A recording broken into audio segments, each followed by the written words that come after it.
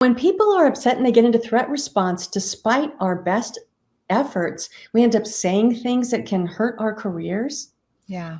that end up doing or missing something in an important presentation, to your point, right? Yeah. And so it's, then we become our own worst enemy in a sense. That's what I was just going to say, especially if you're getting yourself all hyped up in a bad way right before a big presentation. Right. And you're just like in a death spiral now, and you don't have any kind of a technique to pull yourself out of it. Right. Exactly right. That could be very, very helpful. With Harvard, working with professionals across campus, when they did the breathing exercise, they were saying like, wow, I can really focus now. I have clarity of mind. And that's what I love, so that you can go into your presentation with like, I'm refocused, I'm just going to focus on what I'm there to do. Yeah. And then afterward, you could fall apart if you need to, or you don't ever have to fall apart again, really. This show is all about helping you up-level your life, including your well-being, your relationships, your mental health, your wealth, your confidence, and your joy. I challenge you to keep an open mind as together we discover tips, tools, and advice from the experts to help you live life to your fullest potential. Welcome to the Jenna Banks Show. Lisa, thank you so much for being here today. Thank you, Jenna, for having me on your show. It's really a delight. I'm excited about today's topic. Thank you. Absolutely. So we're going to talk about the inner critic today. And I would love it if you would start us out by giving us an example or two or three about how the inner critic shows up in our lives. What does that look like? Yeah, thank you. Well, imagine there you are at work, for example, and you get an email and you're thinking, I'm not really sure how to take that tone. Or you're at work and you accidentally spill something right before a presentation, or you just spill something on yourself during lunch. Right away, you can hear that caustic, critic, judgmental voice in the background just taking you to task, right? Mm-hmm. It's miserable, it's upsetting, and it just doesn't turn off. And you might not hear it right away, but then suddenly you kind of chime in with it like, what an idiot. Why did I do that? Right? Oh, yeah. I do that all the time.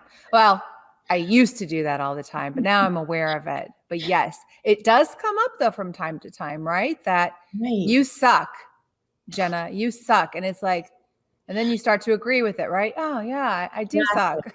Right.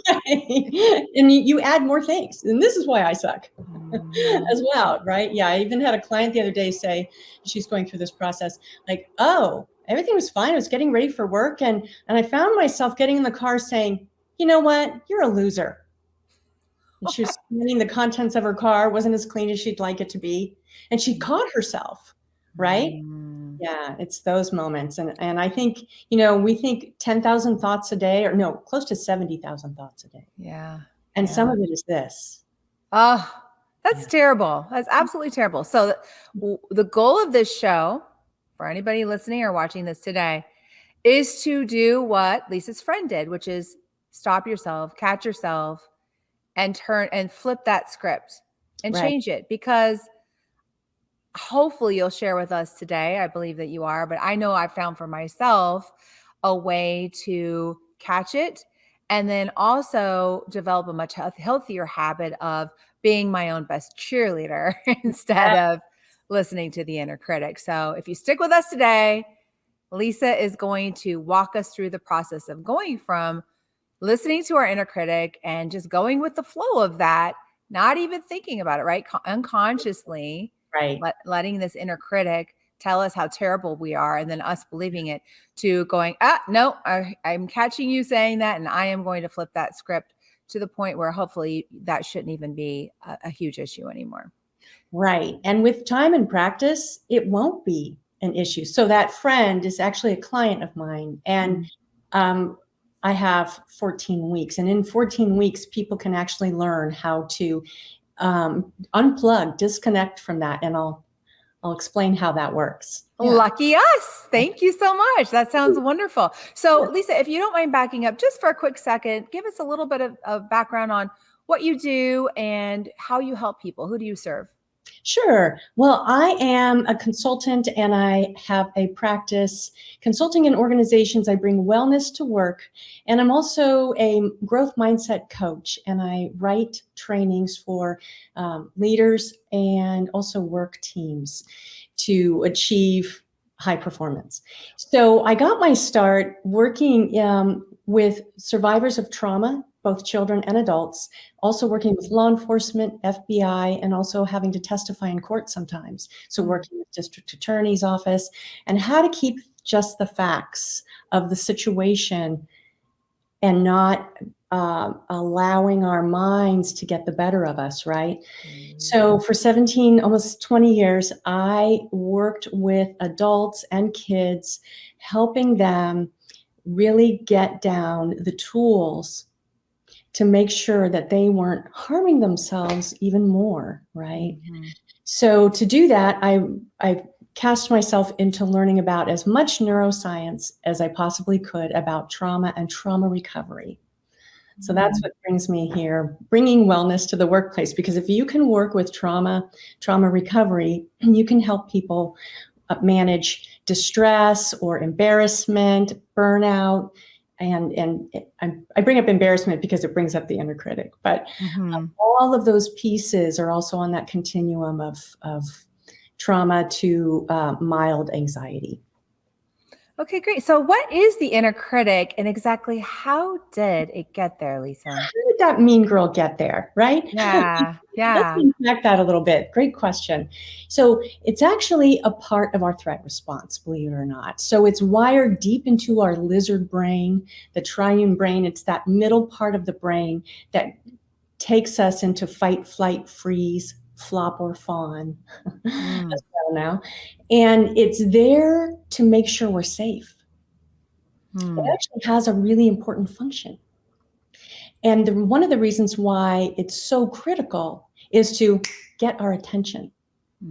We're busy, we're going 20 million miles a minute. We've got families, or we've got friends, we've got work responsibilities. We are taking care of all of our requirements and all those things. And the inner critic has become really good at getting our attention. And it's also there to, of course, keep us safe from the risk of social ostracization. That's a big word. Yeah. I don't know. Ostracized. That's a tongue twister right there. Ostracization. Yes. Something like that. It helps us from being ostracized, basically. Chastising us, like, why did you do that? Oh, that was stupid. Why did you say that? Oh, you should have spoken up. You're such an idiot. You let that happen again. Those kinds of messages, right? So the other part of that is that if it was softer and nicer and more, maybe nurturing, which isn't actually possible, I'll explain that in a second, it wouldn't really get our attention, because we'd probably fight back and say, no, that was an idiotic thing I did. Yeah, no, I good shouldn't point. have done that. Yeah.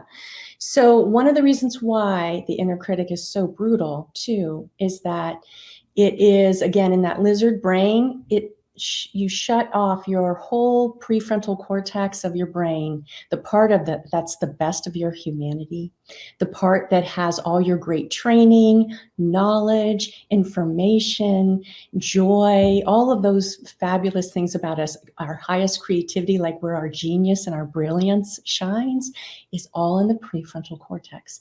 That's literally shut off. Neuroscientists talk about it being like a laptop that's shut down.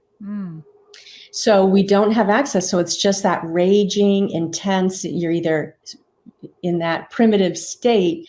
We either have, we're super happy, or we're really angry, or we're frustrated, or, all those basics, right? So that's where this nasty critic lives, is right in there.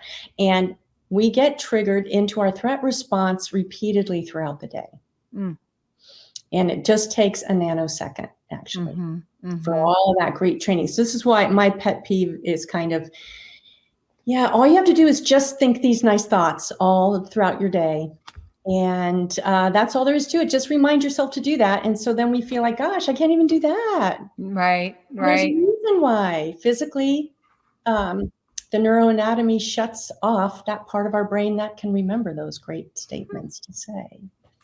Okay. Wow. Though that makes a lot of sense. So now we understand it's not something that we can necessarily easily control right off the bat, that it's happening for a reason. It's happening to protect us. It's happening to hold us up in our social circles in a certain way, and that we don't have access to this area of the brain that's going to counteract that, basically.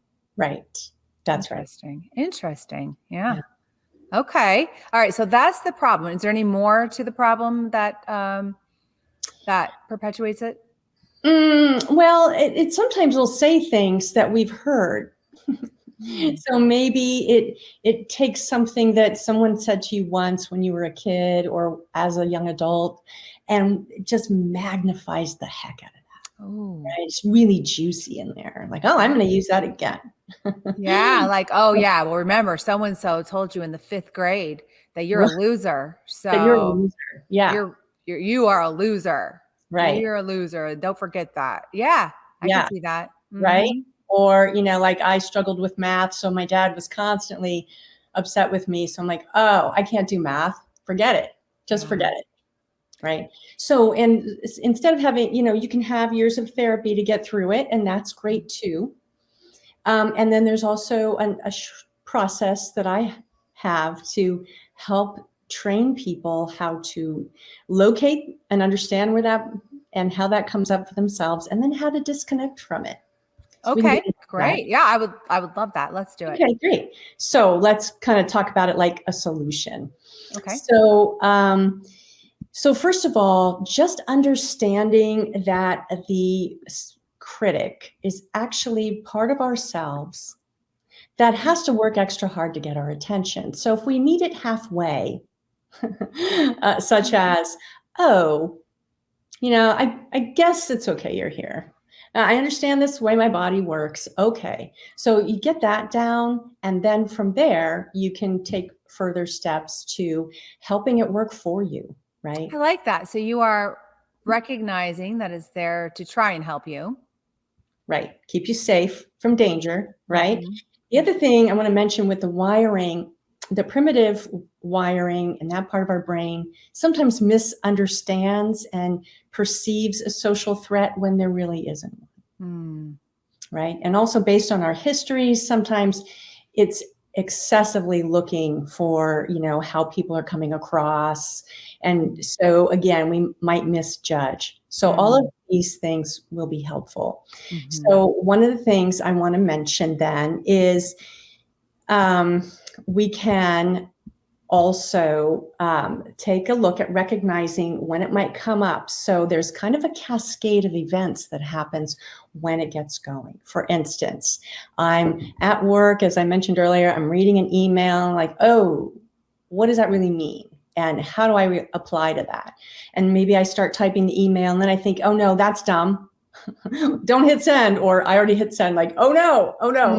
So that might be a trigger for me. And then if it's a trigger, what you'll hear is an exclamation, like of shock or surprise, like, oh my God, or not again, or I can't effing believe this, right? Okay, so I don't know if you have an exclamation that comes to mind. Nothing right now. Okay. Because I've had perfectionist tendencies in the past, and I try to avoid that from happening. So I probably double and triple check too much. So you kind of prefaced one of the other steps. So, but the next step or the next part of the cascade is followed by a put down, like, oh my God, not again, you idiot, right? Or I can't believe I did that. I hate this about myself. Or look at me, I'm so blank, right? So sounds familiar. So I feel like I've been there. Yeah. Yeah, right. Well, we all have, right? But again, it's we're so used to it. that we don't even realize it's there. It's like that nasty older sister. I've never had a sister, but I had a friend who had a really pernicious older sister. Yeah. And it's like all of a sudden she's bearing down on us. So it's there. And once you start to pay attention to it, you notice it's actually, you can, you get better at hearing it. And then you can get even better at shutting it down or silencing it. So the next thing I want to mention is the duration of time. So once that inner critic is released and tapped into and activated, it can take anywhere from 20 minutes to sometimes 72 hours for that upsetting event to kind of just clear out of your system. And that's due to adrenaline. Right. So there's that. Okay. Yeah. You've just basically beat yourself up and criticized yourself. Imagine if somebody did that to you, somebody else did that to you, that'd probably last longer, but it still has repercussions when you do it to yourself. That's right. It does, very much so. And it's just that dynamic, that adrenaline is just flowing. You feel like punching out or running away, or sometimes, especially women, just internalize it all. So that whole conflict is going on. Right. And what people might see on the outside is maybe we have, like our brow is wrinkled up, or might have a frown, or we're just not breathing. Like for me, I just don't exhale. I breathe in and I just like hold on to it. Yeah. So getting back into our bodies is really important. So the next thing I want to mention is to identify your triggers. So you kind of mentioned that earlier. You noticed, you recognized that you had a tendency to be perfectionistic, which is a way of keeping you safe. Like if I get everything so awesome and perfect, I won't have to deal with stress, right? Yeah. So again, the inner critic is there to also not just keep us safe, but help us avoid pain, even though it's inflicting pain at the same time. Doesn't make sense. Yeah. But it's there. So I have clients make a list of their triggering situations or past events. And usually when they do this, it doesn't necessarily bring up the triggering event. So I just want people to know that, because people want to. You're not going to get triggered. Right, exactly. Yeah. So, and then I also say, listen to your body. So if you start to feel annoyed, irritable, like, if I'm now in an email chain, like, I got to really watch this, what's happening, or, I'm at that party and I replay the scene over and over again. I'm like, wait a minute. I realize I'm not breathing. Now I need to pay attention to me and do some physical things to make sure I move through that. Right. So again, it's, you recognize the shock and surprise statement, like, what the heck, right? And then the put down, you recognize, you hear that, then you listen to you identify your triggers and make sure you kind of can plan out the next time that you might encounter some of those triggers. Then you also need to pay attention to your body.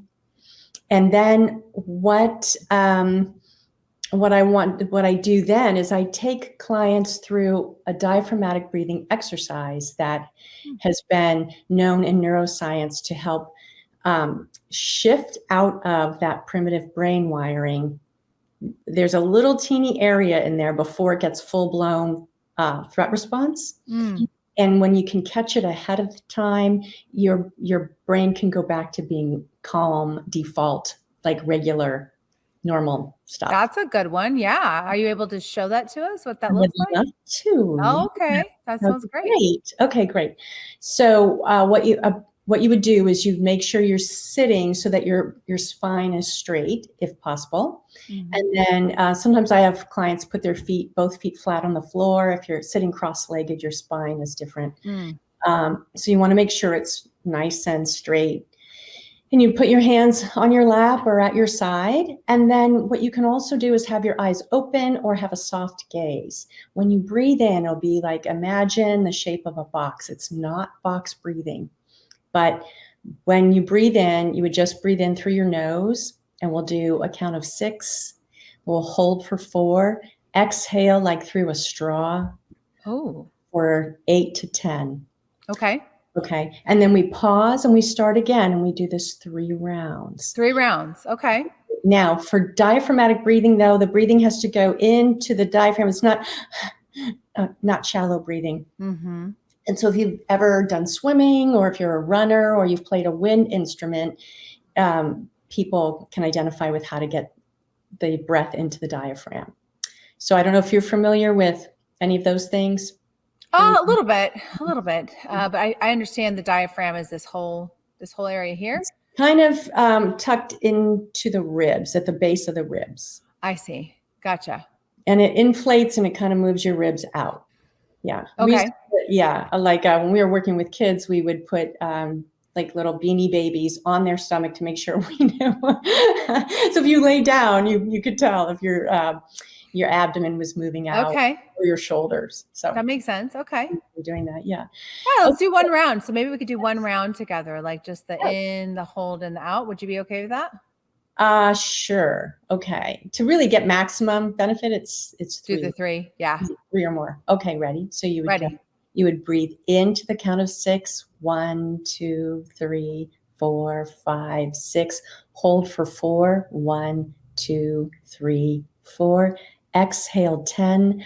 1, 2, 3, 4, 5, 6, 7, 8, 9, 10. Pause.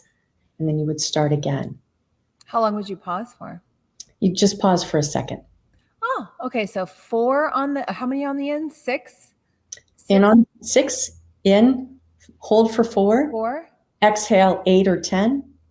Okay. Yeah. That's a good technique. Start again. So I didn't come up with that. Neuropsychiatrist who I follow came up with that. So that person is Bessel van der Kolk. He's a neuropsychiatrist who specializes in trauma and trauma recovery. Oh. Yeah. So there are other exercises as well that I take people through. And on the 3rd round, people all have said to me, like, wow, I really feel focused, or I feel clear now. My stomach's not in a knot. My shoulders relaxed. And that's how you know you've been able to veer into a different direction from your threat response. You know you're out of danger there. Yeah. That's great. Yeah. And especially if you're like right before you're going into a big presentation or a client meeting or something like that, I can recall times when that inner critic starts coming in. And then once that part of your brain gets ignited, right, that threat response is there. Correction. You just gave us the science behind it, that the part of your brain you really need just gets shut down. So even more so than ever, you need some kind of a technique to like combat that inner critic as fast as possible. Right. Exactly right. Right. And it can actually be your friend. So what I tell clients is, when you hear it come up, say, oh, whoops, I know you're trying to do your job. Thanks. I had a male client who called it we, like, we're not going to do that right now. I'm in charge. And it's great. I mean, you can have a little humor with that, right? Like, oh, no, you're not taking over right now. I like that. You're trying to keep me safe. And we need all the friends we can get right now, especially, as things are happening at work, and it can be difficult. Right. I love that. These are some really great techniques, Lisa. So is that the full cycle of how you would sum up the best way to solve this problem?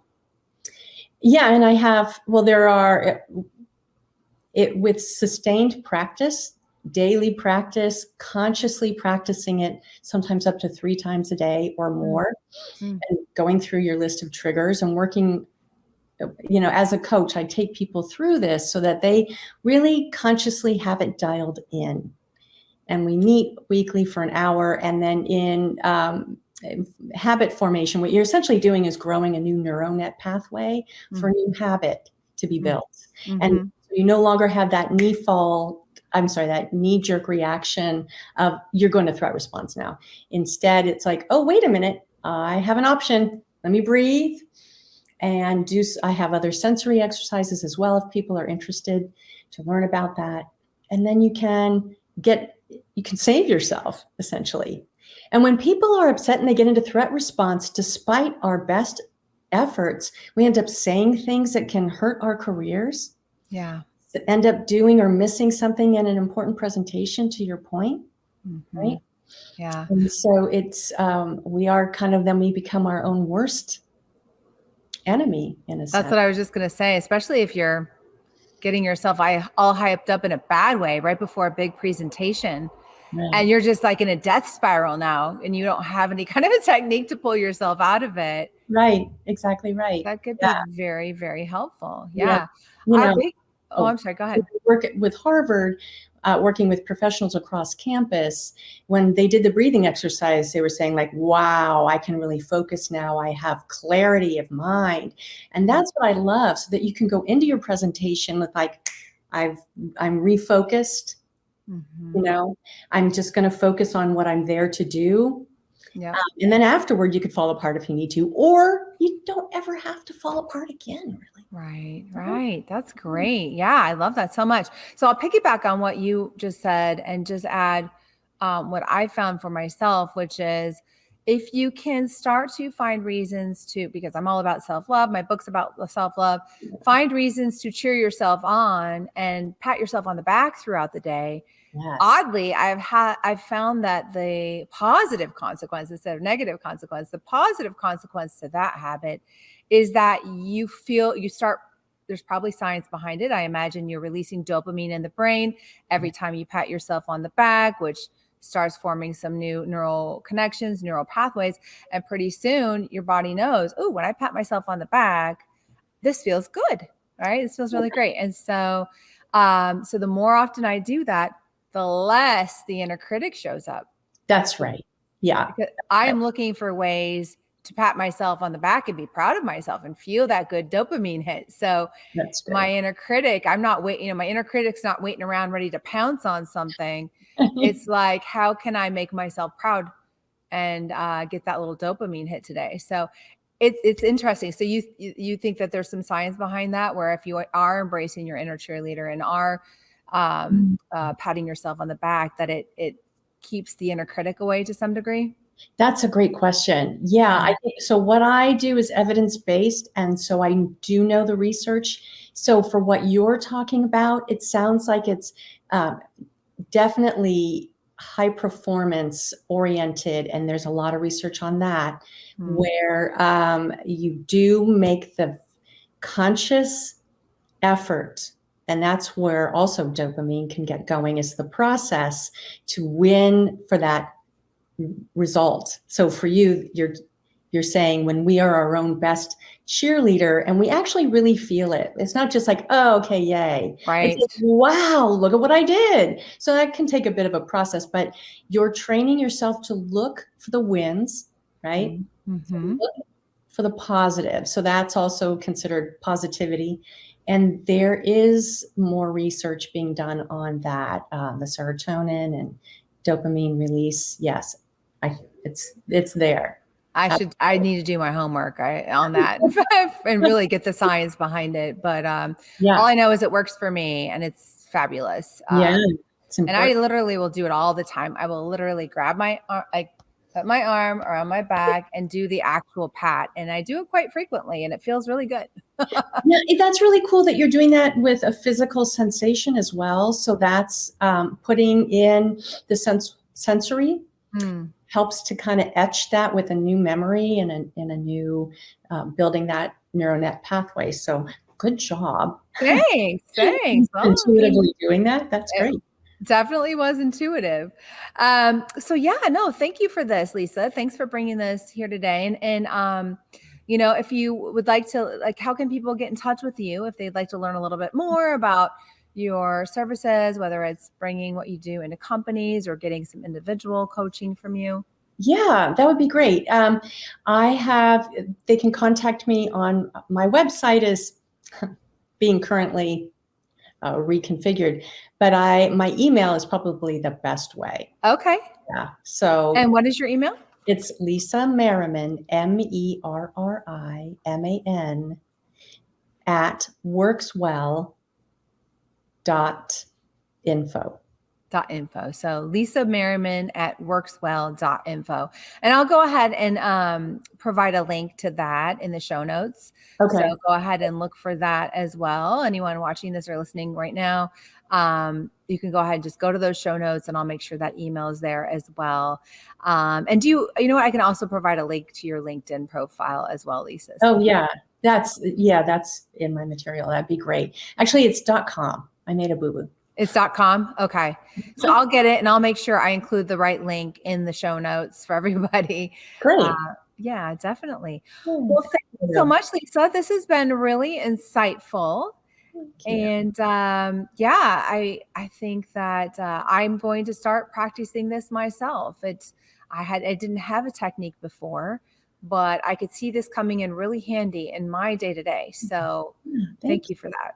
You're very welcome. It's really helped me as well, and thousands of other people that I've worked with, especially in the beginning days.